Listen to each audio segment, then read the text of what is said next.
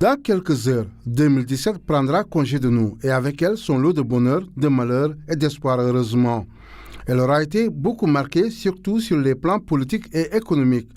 Les Sénégalais que nous sommes garderont longtemps encore en mémoire les événements politiques qui ont marqué cette année finissante qui a démarré avec un imbroglio politico-judiciaire autour du maire de Dakar.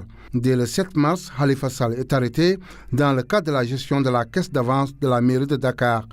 Il est reproché à l'édile de la capitale sénégalaise un détournement de 1,8 milliard de francs CFA. Après plusieurs mois de prison, Khalifa Sall est envoyé devant un tribunal, mais son procès a été renvoyé au 3 janvier prochain. Le maire de Dakar paie ainsi sa volonté d'indépendance dans un parti socialiste qui tient à son compagnonnage avec l'APR. Cette rébellion lui coûtera d'ailleurs son exclusion du parti socialiste en même temps que ses compagnons. C'est donc un homme politique affaibli que Khalifa Sall va affronter les élections législatives du 30 juillet. La division de l'opposition lui coûtera la perte de Dakar et de la plupart des départements remportés par la coalition présidentielle. Avec 129 députés, Benno Bokk Yakaar ne réservera qu'une portion congrue à ses adversaires. Dépouillée et surprise par l'ampleur de sa déroute, l'opposition significative boycotte le dialogue politique initié par le président Macky Sall. Malgré tout, les autres acteurs politiques se retrouvent pour jeter les bases d'un consensus dans la perspective des prochains rendez-vous,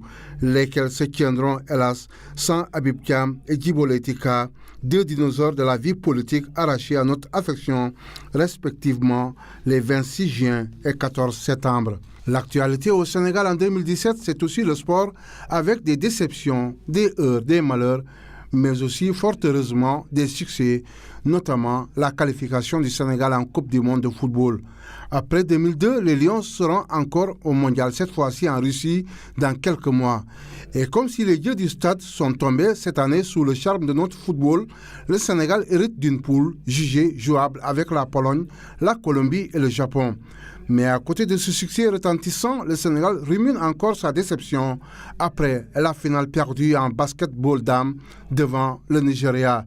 Les hommes feront moins que ça en s'inclinant face à la même nation. Un tableau sombre noirci davantage par le drame de Demba Diop. Le 15 juillet, un pan de la tribune s'effondre sur les supporters qui suivaient la finale de la Coupe de la Ligue entre Ouakam et Stade Mbour.